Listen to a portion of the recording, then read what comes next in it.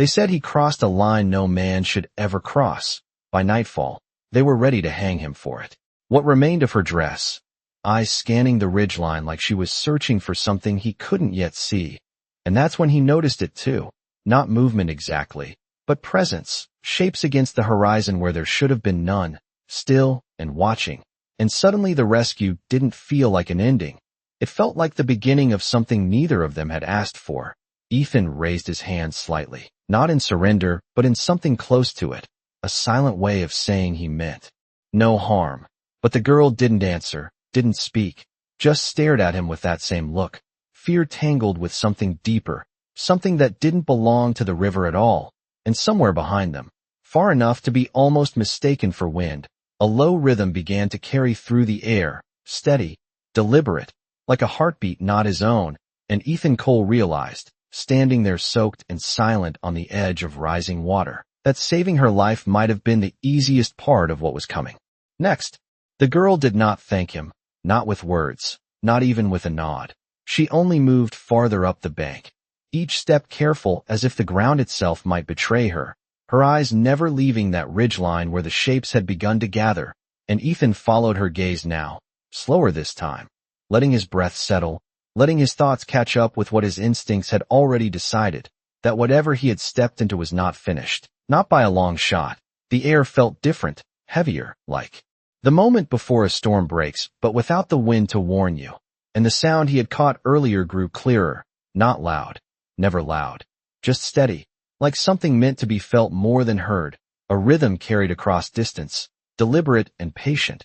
And he knew enough about this land to understand that kind of patience meant numbers, not one or two riders passing through, but many, watching, waiting, deciding. He glanced back at the girl, noticing how she held herself now, no longer the helpless figure in the river, but something else entirely, something composed, guarded, her hands still gripping the torn edge of her dress, but her posture straightening, as if she was preparing for a different kind of current, one that did not flow with water.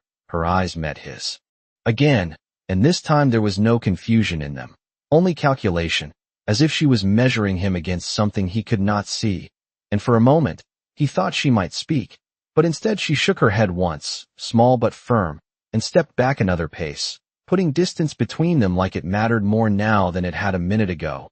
Ethan let his hands fall to his sides, not reaching, not closing the gap, because out here, space was a language, and he had learned long ago not to. Turned slightly, angling his body so he could see both the ridge and the path leading up from the river, his mind working through possibilities, none of them simple, none of them clean, and yet he did not reach for his gun, did not even glance at it, because this was not that kind of moment, not yet. The girl noticed that. He could tell by the way her eyes lingered on his hands, empty and still, and something in her shoulders eased, just a fraction, as if that one choice told her more about him than anything he could have said. "Why were you in the river?" he asked, not because he expected an answer, but because silence had begun to press in around them, and sometimes a question could hold it back. She hesitated, her gaze dropping for the first time, not to the ground, but to something hanging at her neck, a thin cord, barely visible against her skin, and at the end of it, a small object that caught what little light broke through the clouds, a piece of metal, worn but deliberate. She closed her hand around it quickly, as if realizing he had seen, and looked back up. "I slipped," she said. But the words came too fast, too clean, and he knew better than to believe them fully, not because she was lying, but because the truth was larger than that. It always was. The sound of hooves grew louder now, no longer distant, and from the ridge above, the shapes began to move, not rushing, not spreading out, but descending in a slow, controlled line, figures emerging one by one against the fading light. And Ethan Cole understood, standing there with river water still dripping from his coat, and the girl watching him like he was both a risk and a shield, that whatever story had just begun was no longer his to walk away from, even if he wanted to.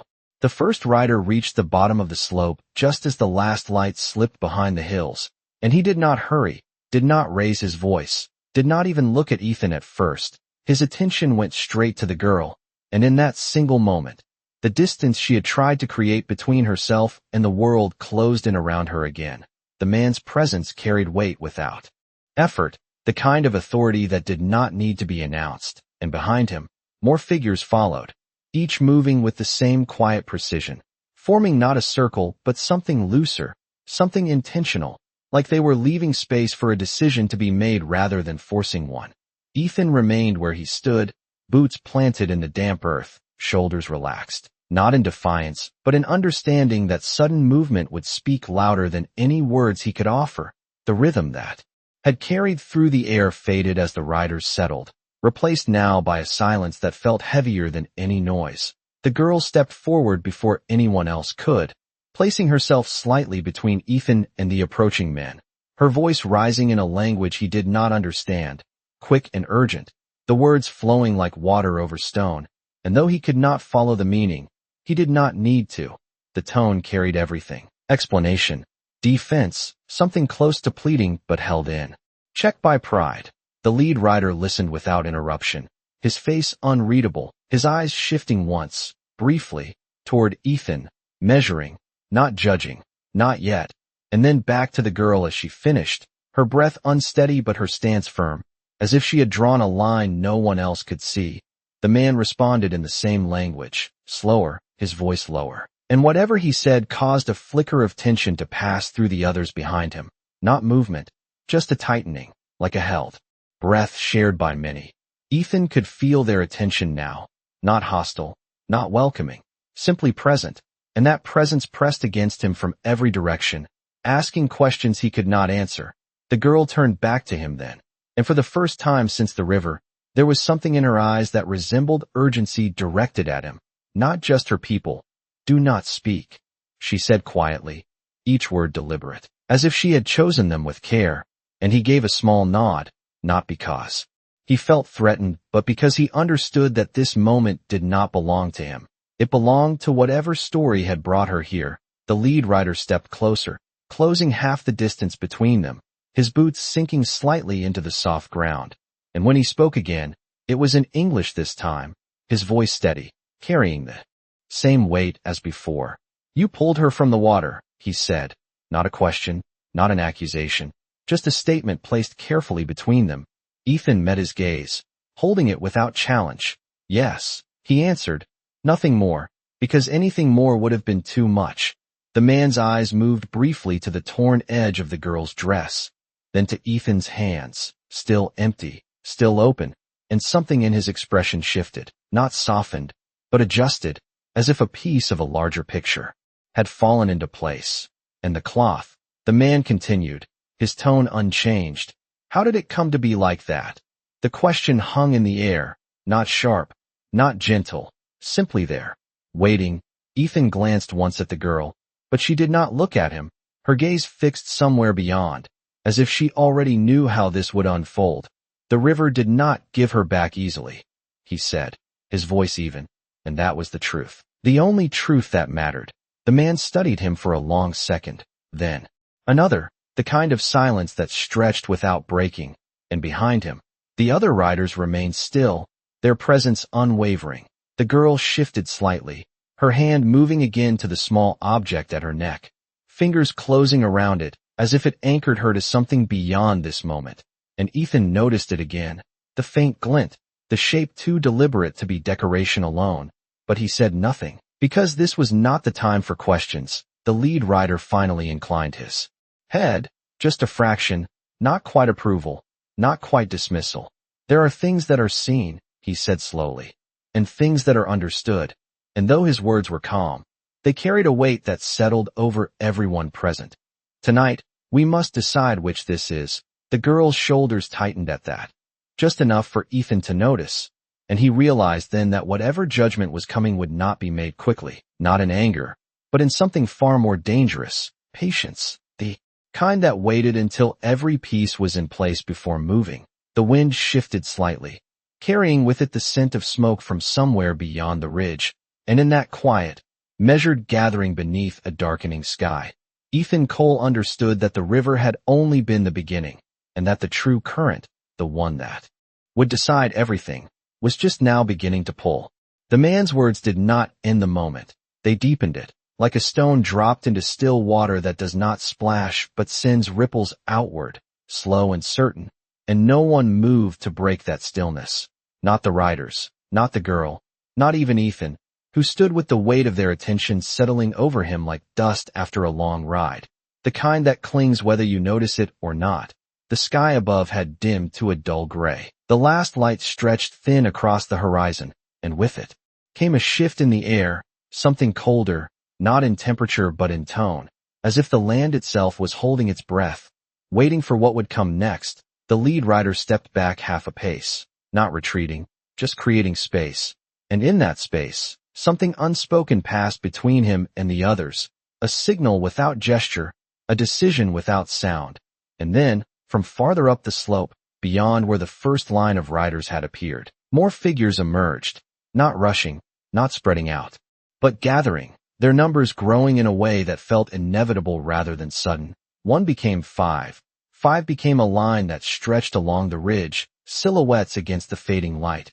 Each one still, each one watching, and the girl saw them too, her breath catching just slightly, her hand tightening around the small object at her neck, her eyes closing for a brief moment, as if she was bracing for something she had hoped to delay, not avoid, because avoiding was no longer an option.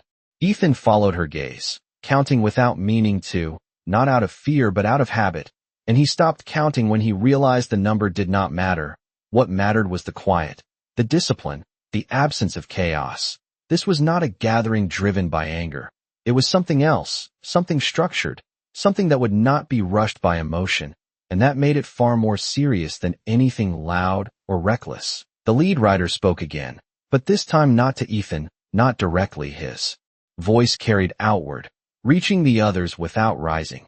And though Ethan could not understand the words, he could feel their effect, the subtle shift in posture, the way attention sharpened, the way the space between individuals aligned into something more unified. And then silence returned, deeper than before, as if the land itself had decided that words had done enough for now.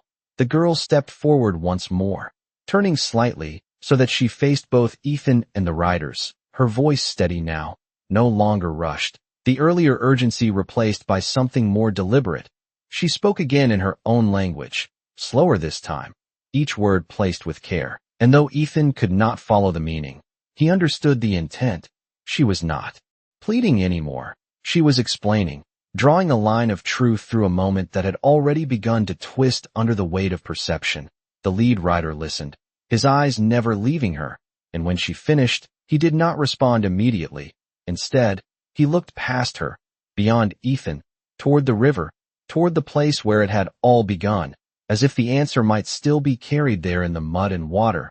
And for a long second, no one spoke, no one moved, until finally he turned back, his gaze settling once more on Ethan, not with suspicion, not with trust, but with something in between, something that weighed both and found neither complete.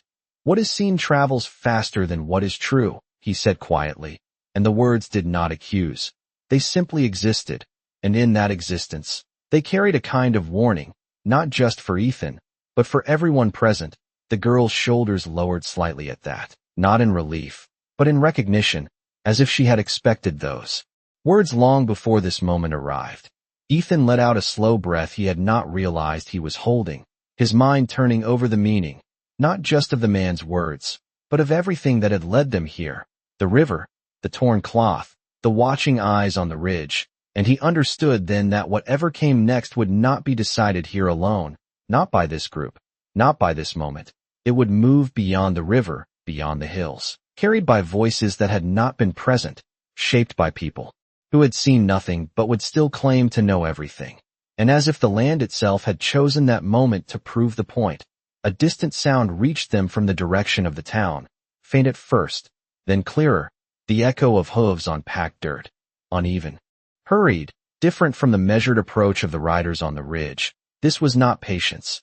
This was reaction, and the girl turned her head sharply toward it, her expression tightening in a way Ethan had not seen before, not fear of her own people, but something else, something more complicated. And in that single shift, he realized that whatever misunderstanding had begun at the river was no longer contained to one side of the land. It had already crossed over, already taken shape somewhere else, and now it was coming back, faster than truth could follow. The sound from the town did not belong to patience. It carried urgency. The uneven rhythm of horses pushed faster than they should be. And every man on the ridge heard it the same way Ethan did, not as a threat yet, but as something careless, something that could turn a quiet moment into something harder to control. The lead rider's head turned slightly toward the distant noise, not sharply, just enough to acknowledge it, and in that small movement, the stillness across the ridge shifted, not breaking, but tightening, like a line pulled just a little too far. The girl followed the sound with her eyes, and for the first time since Ethan had pulled her from the river, uncertainty crossed her face without being hidden, not fear, but something heavier, something tied to a place beyond these hills. They should not be coming here, she said under her breath, more to herself than to anyone else, and Ethan caught the words. The way they carried not just concern but a kind of inevitability, as if she already knew why they were coming and wished she did not. The riders from the ridge did not move to meet the approaching sound. They held their ground, every figure still, every gaze steady, as if they had no intention of stepping into another man's pace. And that restraint spoke louder than any show of force ever could. The lead rider spoke again, this time in his own language, short, measured, and the men behind him responded without words. Only slight shifts in position, subtle, enough that someone unfamiliar might miss it. But Ethan saw it clearly. They were preparing, not for conflict, but for outcome, the kind that required witnessing, not action. The girl stepped closer to Ethan again, not fully, just enough that her voice would not carry beyond him. When they arrive, they will not listen, she said quietly, and there was no bitterness in it, only knowledge. They will see what they have been told.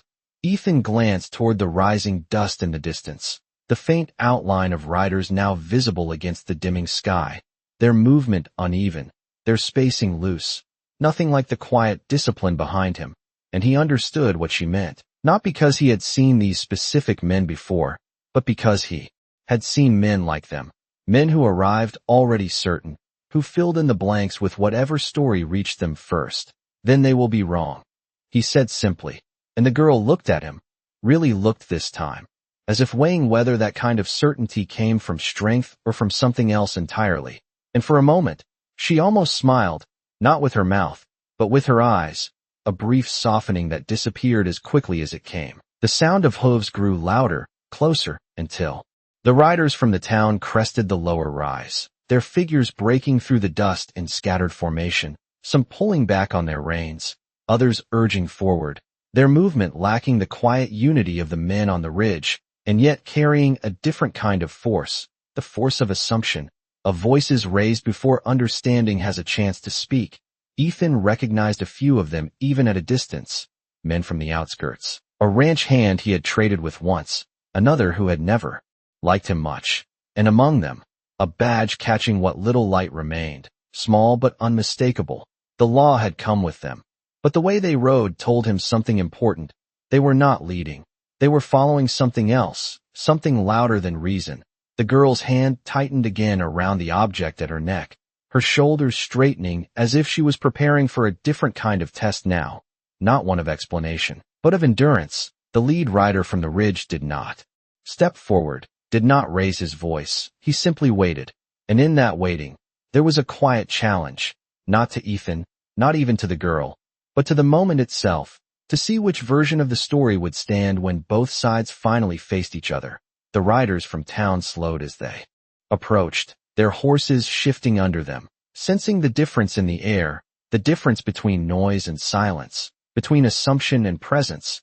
And for a brief second, just one, the two groups existed in the same space without collision, the ridge behind Ethan still and watching, the men from town restless and uncertain, and in the center of it all, Ethan Cole stood beside the girl he had pulled from the river, knowing that whatever came next would not be decided by who spoke first, but by who was willing to listen last.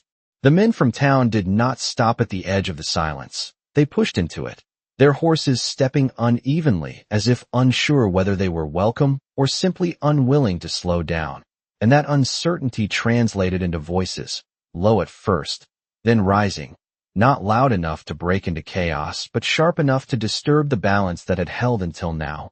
One man pointed, another leaned forward in his saddle, their eyes moving between Ethan and the girl, then to the figures along the ridge, and back again, searching for confirmation of the story they had already decided was true. And in the center of it all, that small badge caught the last light again as its wearer urged his horse a few steps ahead of the others, not leading with authority, but with obligation, a lawman carried forward by expectation more than certainty. His gaze landed on Ethan first, then shifted to the girl, lingering there longer than it should have, as if something about her presence did not fit the version he had been given. "We heard there was trouble by the river," he said, his voice steady but edged with something unspoken, something that leaned toward accusation without committing to it. Ethan did not answer immediately, not because he had nothing to say, but because he understood that timing mattered more than words, and before he could speak, another voice cut in from behind the lawman, louder, less measured. "We heard he laid hands on her." The words carried forward, shaped by distance and assumption, and they settled into the space like dust that refused to fall. The girl stiffened beside Ethan, not stepping back this time, not hiding, but holding her ground in a way that made the air around her feel tighter, her fingers pressing harder against the object at her neck, as if it anchored her to something beyond the noise. The riders on the ridge did not react, not outwardly, but their stillness deepened, the kind that listens without interruption, that measures without revealing, and that made the voices from town sound even more uncertain in comparison. The lawman raised a hand slightly, not to silence, but to steady, and it worked just enough for him to speak again. "Is that what happened?" he asked, this time directing the question at Ethan. But his eyes drifted again toward the girl, as if the answer he needed was not something the cowboy could give. Ethan met his gaze, calm, unhurried. "The river tried to take her," he said, each word placed carefully. "I did not let it." And that was all. No explanation, no defense, just the truth as it had happened. But truth, out here, did not always travel alone. It carried shadows with it, shaped by who told it and who heard it. And one of the men behind the lawman let out a short breath that almost became a laugh, not because anything was funny, but because the answer did not match what he had expected. "That is not what we were told," he said, and there it was, the line drawn not by evidence, but by belief. The girl turned then, stepping slightly forward, her voice cutting through the space with a clarity that did not need volume. She spoke in English now, not her first language, but clear enough that no one could mistake her meaning. "You were told wrong," she said, and the simplicity of it seemed to catch more than one man off guard, because it did not argue, did not explain, it simply corrected, and in that correction, there was a quiet strength that did not ask for permission. The lawman studied her more closely now, his brow tightening just slightly, as if recognition was trying to surface but had not yet found its shape. "And you are saying he did nothing else?" he asked, and the way he said it carried more weight than the words themselves, because it was not just a question, it was a chance, a moment for her to confirm or deny what the others had already decided. The girl did not hesitate. "He pulled me from the water," she said, her voice steady. Nothing more, and for a second, the space held that answer without resistance, as if even the air needed time to decide what to do with it. But then the man who had spoken earlier shifted in his saddle, his eyes narrowing. "Then why is her dress torn?" he pressed. And again, the question did not come from curiosity, it came from the need to make the story fit, to force the truth into a shape that matched what had already been believed. Ethan did not look at the man, did not respond to the tone. He only glanced once at the river behind them, the dark water still moving, still carrying its own version of the story, and then back to the group. "Because the river does not ask permission," he said, and there was something in the way he spoke, not louder, not sharper, just steady, that made the words land differently, not as a defense, but as a fact that did not need agreement to be true. The lawman remained silent for a long moment after that, his gaze moving between Ethan and the girl, then beyond them to the line of riders on the ridge. And in that silence, the weight of two worlds settled into the same space, one built on assumption, the other on observation, and neither willing to yield first, until finally, the lawman exhaled slowly, as if releasing something he had been holding without realizing it. And the question that came next was quieter, but far more important. Then why, he said, almost to himself, does this feel like more than it should be? And no one answered him. Not the men from town, not the riders on the ridge, not even the girl, because the answer was already there, hanging between them, waiting for someone to see it instead of just hearing about it. The question did not settle. It lingered, stretching across the space between men who had arrived with answers and those who had brought only silence. And in that stretch, something shifted, not in volume, not in movement, but in attention, because from the back of the riders from town, another figure emerged, slower than the rest, his horse stepping with measured calm that did not match the urgency of the others. And the moment he came into clearer view, the noise that had been building seemed to pull back on its own, not out of command, but recognition. Sheriff Thomas Whitaker did not raise his voice, did not need to. His presence carried its own weight, the kind that settled into a place and asked nothing but still received everything. His eyes moved across the scene once, taking in the ridge, the stillness of the riders above, the scattered tension among his own men, and finally, they landed on Ethan, not with accusation, not with welcome, but with a quiet assessment that felt deeper than either. And then, slowly, they shifted to the girl. And in that moment, something changed, not outwardly, not in a way that anyone could name immediately, but in the space between breath and thought, the kind of change that begins before it is understood. The girl did not step back, did not hide, but her hand moved once more to the object at her neck, her fingers closing around it as if she had reached the point where silence was no longer enough.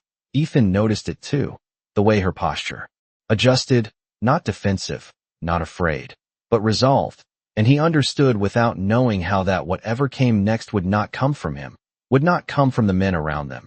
It would come from her. Sheriff Whitaker spoke then, his voice even, carrying just far enough to reach everyone without needing to rise. I will hear it from her, he said, and the words did not challenge anyone. They simply redirected the moment, placing it where it had always belonged. The men from town shifted slightly, some easing back, others straightening, their earlier certainty thinning under the weight of his presence, while the riders on the ridge remained unchanged, their silence holding, watching, measuring.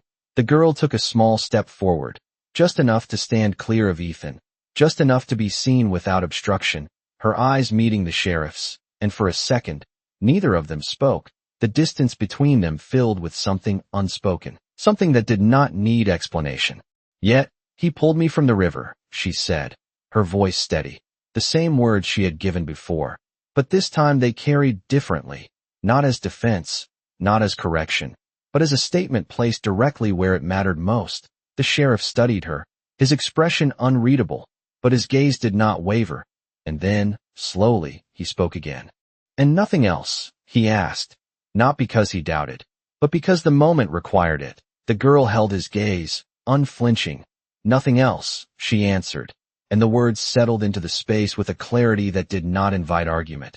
Only acceptance or refusal. The sheriff's eyes moved then, briefly, to the torn edge of her dress, then back to her face, and something in his posture shifted, subtle, almost imperceptible, but enough that Ethan saw it, enough that the lead rider on the ridge saw it too.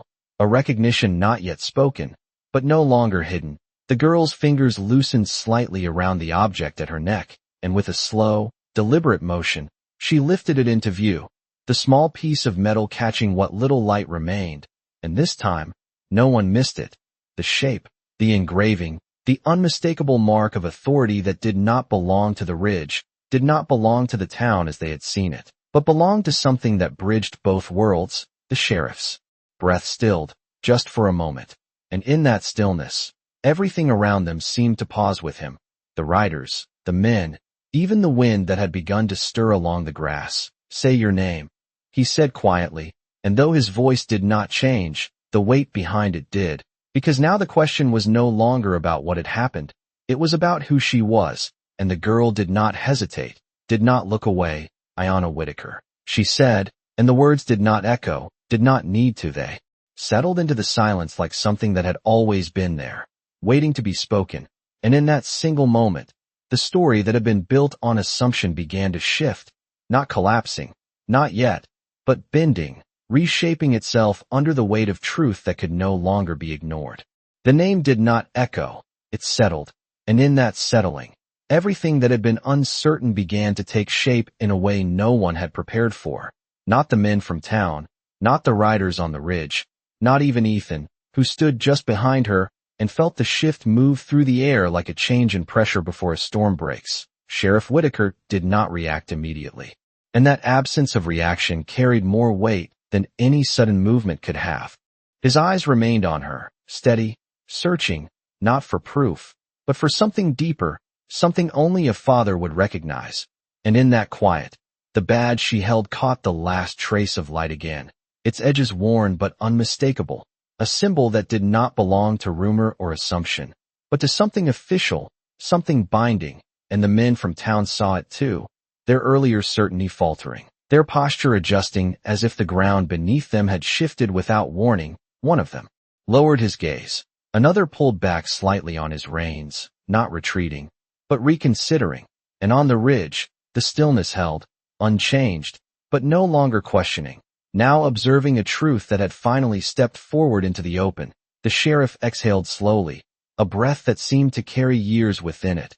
And when he spoke, his voice had not changed in tone, but in meaning.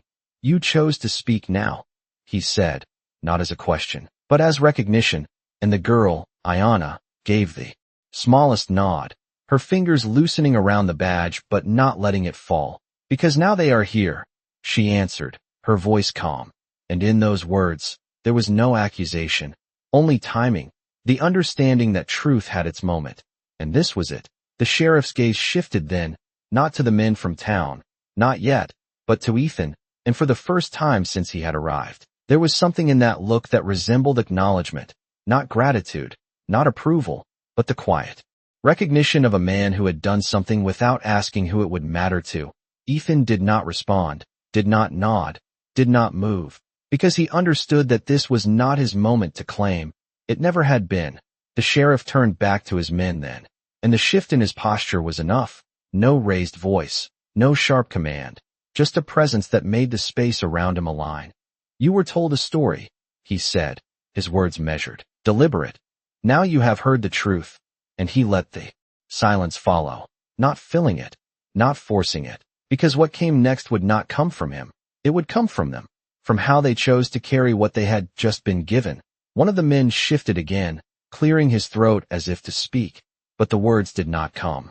Not because he had nothing to say, but because what he had prepared no longer fit. And another looked toward the ridge, toward the quiet line of riders who had never once raised their voices. And something in that contrast settled into him. The difference between reaction and restraint, between assumption and understanding. And slowly, almost imperceptibly, the tension that had built began to ease, not disappear, but soften, like a knot loosening under steady hands. Ayanna lowered the badge slightly, letting it rest against her chest once more. And in that small movement, the moment shifted again, from revelation to resolution. The sheriff stepped forward then, just one step, closing a distance that had never been about space. And he reached out, not to take the badge, not to reclaim it, but to steady it where it lay, his hand resting briefly against hers. A gesture so simple it might have gone unnoticed if not for the weight it carried. And when he withdrew, he did not look at her again immediately, as if giving her the space she had claimed for herself. The lead rider on the ridge inclined his head once more, a silent acknowledgement that required no words, and behind him, the others remained still, their presence no longer a question, but an answer that had already been accepted. Ethan felt the air shift once more, lighter now, not because the moment had lost its importance, but because it had found its balance. And in that balance, the story that had nearly turned into something else settled into what it had always been. Simple, quiet, and true. A man had pulled a girl from the river, and nothing more. And as the last light faded completely from the sky, leaving only the soft outline of figures against the darkening land, it became clear that sometimes, the loudest thing a man could do was nothing at all. No one gave an order for it to end, and yet it did, not all at once, not with a clear signal, but in the quiet way things settle when they no longer have reason to stand. The men from town were the first to shift, not turning away in shame, not in pride either, but in something in between, a slow recognition that what they had carried out here no longer fit the ground beneath their boots. One by one, they eased their horses back, small movements at first, a hand loosening on the reins, a glance lowered instead of held. And in those small choices, the noise that had followed them from the town began to fade, not because it had been silenced, but because it no longer had anything to hold on to. Sheriff Whitaker remained where he was for a moment longer, his gaze moving once more across the space, not searching now, but confirming, as if committing the shape of this moment to memory. And then he turned slightly, not toward Ethan, not toward the ridge, but toward the path back to town. And with that turn, the direction of everything changed. No speech followed, no explanation, only movement, deliberate and unhurried. And his men followed, not because they were told, but because there was nothing left to question. Ayanna stood still as they passed, her posture unchanged, her eyes steady, and though she did not call out, did not step forward, there was something in the way she watched them go that spoke louder than any farewell, something that carried both distance and connection at once, as if she belonged to both sides and neither at the same time. The riders on the ridge did not move until the last of the town's men had begun their descent back across the plains, and even then, their movement was subtle, a shifting of weight, a turning of horses, no rush, no display, just the quiet dispersal of a presence that had fulfilled its purpose without needing to declare it. The lead rider gave one final glance toward Ayanna, a look that carried understanding without words, and she returned it with the slightest inclination of her head, a gesture so small it might have been missed if not for the silence that surrounded it. Ethan remained where he had been through it all, his boots still damp, his coat still carrying the scent of river water, and for a long moment after the others had begun to leave, he did not move, not because he was unsure, but because there was nothing left that required action. The air felt different now, lighter, not empty, but settled, like dust after a long day, finally finding its place. Ayanna turned to him then, the distance between them no longer guarded, no longer necessary, and for the first time since the river, there was no tension in her expression, no calculation, only a quiet clarity that did not need to be spoken. "You should go," she said, her voice calm, not dismissing, not urgent, simply true. Ethan gave a small nod, the kind that carried understanding without agreement or refusal, and he stepped back once, then again, turning toward his horse, the animal lifting its head as he approached, as if it had been waiting for this moment to return to something familiar. He placed a hand on the saddle, pausing just long enough to glance back, not at the ridge, not at the distant figures disappearing into the night, but at her, standing there between two worlds that had nearly collided, and in that glance, there was no question, no expectation, just acknowledgement, the kind that passes between strangers who have shared something that does not belong to either of them alone. Ayanna did not move, did not speak again, but she watched him the same way, her gaze steady, her presence grounded, and as Ethan swung into the saddle and turned his horse toward the open land, the sound of hooves beneath him felt different, not heavier, not lighter, just his, unburdened by anything that did not belong to him. He did not look back again as he rode, not because he had forgotten, but because he understood that some things were not meant to be carried, only remembered, and behind him, the land returned to its quiet, the river still moving, the wind brushing through the grass, the last traces of riders fading into distance. And if anyone were to pass that place by morning, they would see nothing out of the ordinary, no sign of what had nearly been, only the marks of hooves already softening into the earth, and somewhere between the river and the ridge, between what was seen and what was understood, the truth remained, unchanged, unspoken, and strong enough to stand on its own, because out here, it was never the loudest voice that decided what was right, it was the one that did not need to speak at all.